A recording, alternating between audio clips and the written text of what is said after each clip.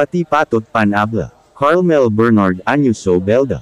Sa Pati Patot Panabla, itinutuon ni Carmel Bernard Añuso Belda ang kanyang paningin sa walang katapusang krisis ng ating bayan, kapangyarihan at ang mga labis na pag-abuso na dulot nito. Ang eksibisyon, na dumating kasunod ng malalaking protesta noong ika-21 ng Setyembre, ay hindi lumilihis sa pagtukoy sa mga figure na nakaupo sa makinarya ng awtoridad, mga opisyal ng gobyerno, mga klero, mga kapitalista. Nasa kanilang mga trono ng impluwensya, hindi sila kailanman nag-iisa, sa kanilang paligid at likuran ay naroon ang mga pamilyar na anino ng pulis at militar, mga sandatang nakatutok palabas o mga katawan na nakayuko ng nagtatanggol, isang larawan ng puwersang inipon upang tiyakin ang pribilehiyo. Isinagawa sa maputlang kulay sepia, ang mga obra ay tila lumilikha ng damdamin ng isang lumang litrato, na parabang ang mga tagpong ito ay bahagi ng kasaysayan na matagal na sana nating nalampasan, subalit mulit-muling inuulit. Ang pagpiling ito ay hindi basta pagkahumaling sa alaala, sa halip, itinuturo nito ang patuloy na pamamayani ng kapitalismo bilang ugat ng walang humpay na pang-aabuso.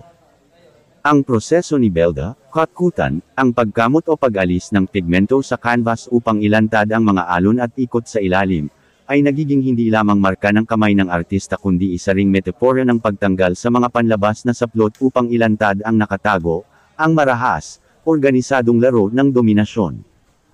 Ang mga teksturang nahahawakan ay nagpapatibay na ang pagpipinta ay hindi lamang refleksyon kundi isang aksyon, isang paglaban na isinakatawan mismo sa paggawa ng obra.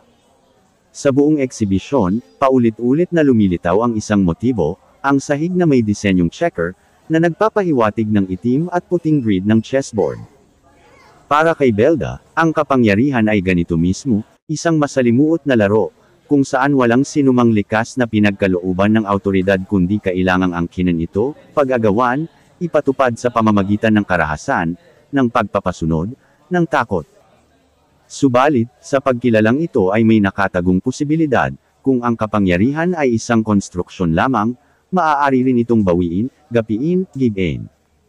Nananatili lamang ito kapag pinapahintulutan ng mga tao. Sa Pati Patot Panabla, hayagang inilalatag ang palabas ng kapangyarihan, ang mga kahinaan nito'y ibinubunyag, ang mga panlilinlang nito'y nahuhubaran.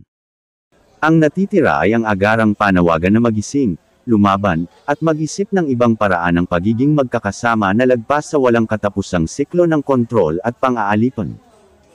Carla Mar Archangel Daw Ana.